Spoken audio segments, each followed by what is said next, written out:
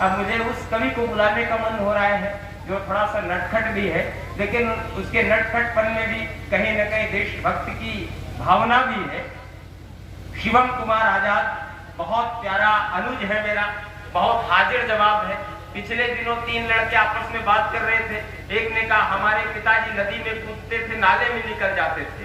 दूसरे ने कहा हमारे पिताजी नाले में कूदते थे, नाले में कूदते थे, नदी में निकल जाते थे। दूसरे ने कहा हमारे पिताजी नदी में कूदते थे, समुद्र में निकल जाते थे डुबकी लगा के।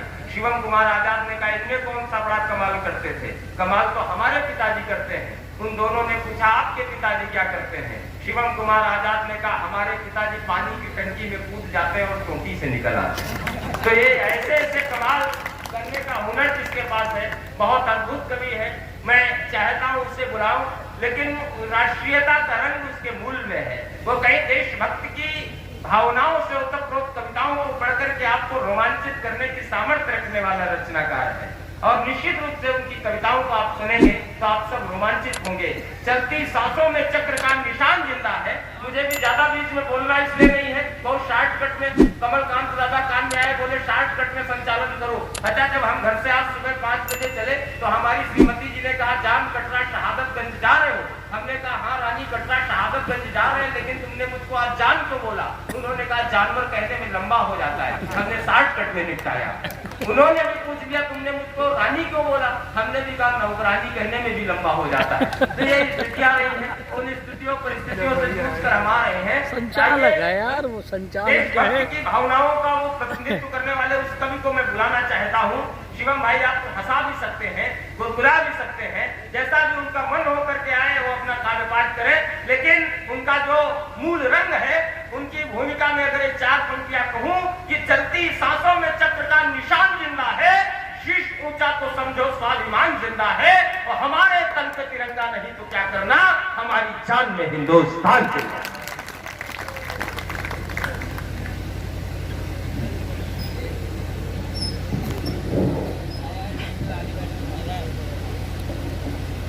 बहुत बहुत धन्यवाद भैया, आपने बहुत अच्छे से सभी लोगों को उठाया। मैं ईश्वर से कृपा करूंगा कि भगवान आपको ऐसे ही उत्तर उठाता हो जाए।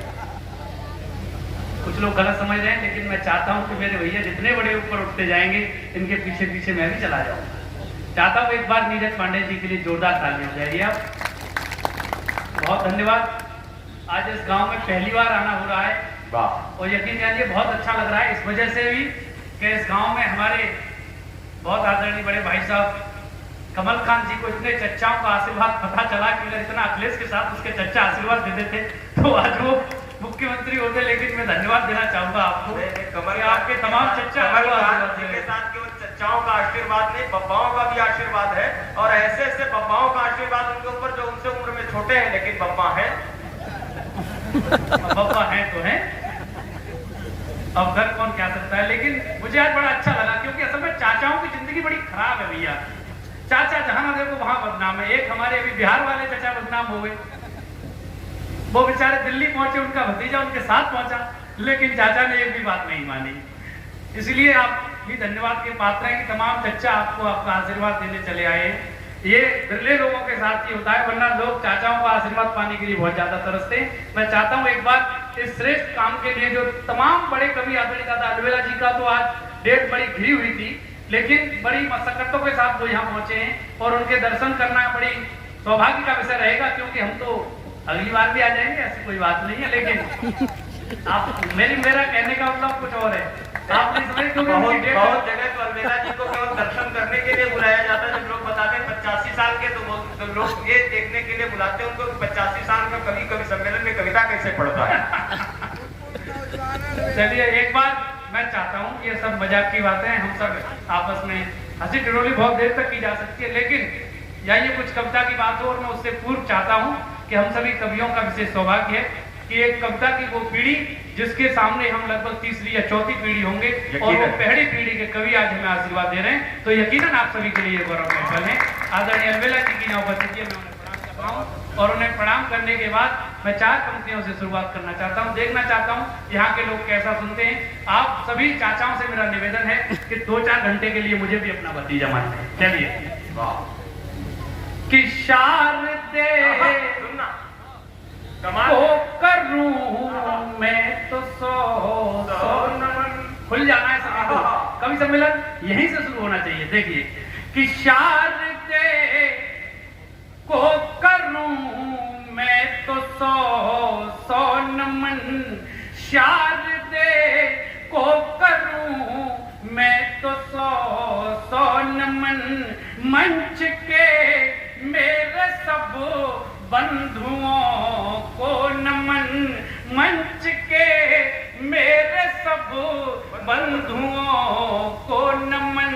और फूल के जैसे बैठे हैं बागान में, फूल के जैसे बैठे हैं बागान में, मेरा श्रोताओं को है हजारों नमन। शिवम जिंदाबाद जिंदाबाद। हजारों नमन, मेरा श्रोताओं को है हजारों नमन। बहुत बहुत धन्यवाद। इतने अच्छे श्रोता मुझे आज तक कहीं नहीं मिले। मन कर रहा है ट्रक लेके आता है, घर पे ले जाता लेकिन बहुत अच्छा सुनते हैं आप सभी लोग। अक्सर हम शहर के कवि सम्मेलनों में यज्ञ काटपाट करते रहते हैं, लेकिन इतनी अच्छी मानसिकता के लोग नहीं मिल पाते और इतना अच्छा दृश्य भी नहीं मिल पाता। देखिए कितना अच्छा दृश्य है। यही मुझे ये 4 पंक्तियां भैया याद आई। जहां जहां से पंक्तियां याद आ रही हैं मैं वहीं से सुनाता हुआ चला जाऊंगा। देखिए 4 पंक्तियां आपके गांव के लिए आपको अच्छी लगेंगी, आप खुद ही ताली बजाएं। देखिए कि पीपल के तले पान ठंडी छाँव आ गए, तो जागना होगा। पीपल के तले एडवांस पेमेंट मत करिए, पहले इस्तेमाल करो फिर विश्वास करो। लक्ष्य घड़ी साहब बोली पीपल के तले पान ठंडी छाँव आ गए, तुमने बुला या मेरे इधर पाँव आ गए। पीपल के तले पान ठंडी छाँव आ गए, तुमने बुला या मेरे इधर पाँव आ गए। और शहरों में गीत गा के जब ये दिल नहीं भरा, शहरों में गीत गा के जब ये दिल नहीं भरा, कविता सुना ने हम तुम्हारे गाँव आ गए। कविता जिंदाबाद जिंदाबाद। गाँव आ गए, शहरों में गीत गा के जब ये दिल नहीं भरा, शहरों में गीत गा के जब ये दिल नहीं भरा, कविता सुना ने हम तुम्हारे गाँव आ गए। कविता सुनाने हम। बहुत धन्यवाद। और इस तराई के लोगों एक 4 पंक्तियां और बड़ी नई सी याद आई हैं मुझे। भैया आप शायद पहली बार पंक्तियां सुनेंगे, आपको बहुत अच्छी लगेगी, देखना। इस तराई के क्षेत्र में जब हम आ रहे थे तो यहाँ आते हुए जो प्रमुलित मन हो रहा था, जो यहाँ के वातावरण से, जहाँ की हवा से जो जैसा लग रहा था, वहीं से 4 पंक्तियां नई सी और याद आई है, आपको बहुत अच्छी लगेंगी। देखिए बहुत नई पंक्तियां हैं, मैं आपको सुनाना चाहता हूँ। संभवतः किसी दूसरे तीसरे कवि सम्मेलन में पढ़ रहा हूँ, आपको बहुत अच्छी लगेगी। देखिए कि बुलंदी पे जो पहुंचा दे यकीनन अर्श जैसी। बहुत सुंदर, बहुत सुंदर। बुलंदी पे जो पहुंचा दे यकीनन अर्श जैसी है, बुलंदी पे जो पहुंचा दे यकीनन अर्श जैसी है। यहाँ पर कामयाबी भी बड़े उत्कर्ष जैसी है, यहाँ पर कामयाबी भी बड़े उत्कर्ष जैसी है। मेरे गालों को छूती है तो ये महसूस होता है, मेरे गालों को छूती है तो ये महसूस होता है। हवा इस गांव की माँ के सुखद इस स्पर्श जैसी है, हवा क्या एहसास है, क्या कल्पना जैसी है। हवा इस गांव की माँ के सुखद इस स्पर्श जैसी है, हवा इस गाँव की माँ के वाकई बहुत शानदार मिल रहे हैं बापू। जय, बहुत शुक्रिया सरदार नवाजी का। और मैं 4 पंक्तियां और सुनाना चाहता हूँ। मंच पर हमारी 2 मातृशक्ति बैठी हुई है और सामने भी मुझे घर की कुछ महिलाएं दिख रही हैं। मैं 4 पंक्तियां इन बेटियों के नाम भी सुनाना चाहता हूँ, क्योंकि जहां भी बेटियों का जिक्र नहीं होता वो घर घर नहीं होता। हम भी अपने मंच से 2-4 पंक्तियां आपके लिए समर्पित करना चाहते हैं। देखिए कि फूल सी एक को मलकली बेटियां, क्या है बेटियां?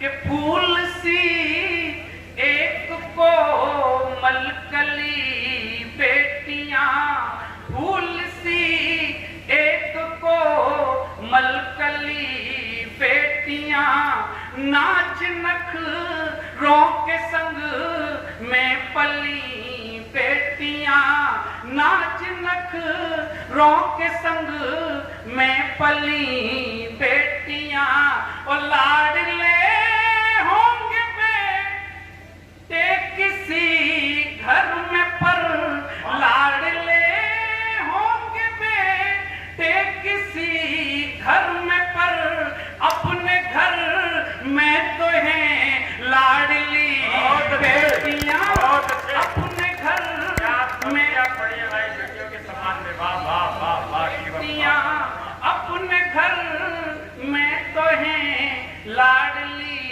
बेटियां अपने। बहुत धन्यवाद। और एक बार जोरदार तालियां बजाइए। ये तो मैं भूमिका बांध रहा था, कविता सुनाना अब आपको आरंभ कर रहा हूँ। 4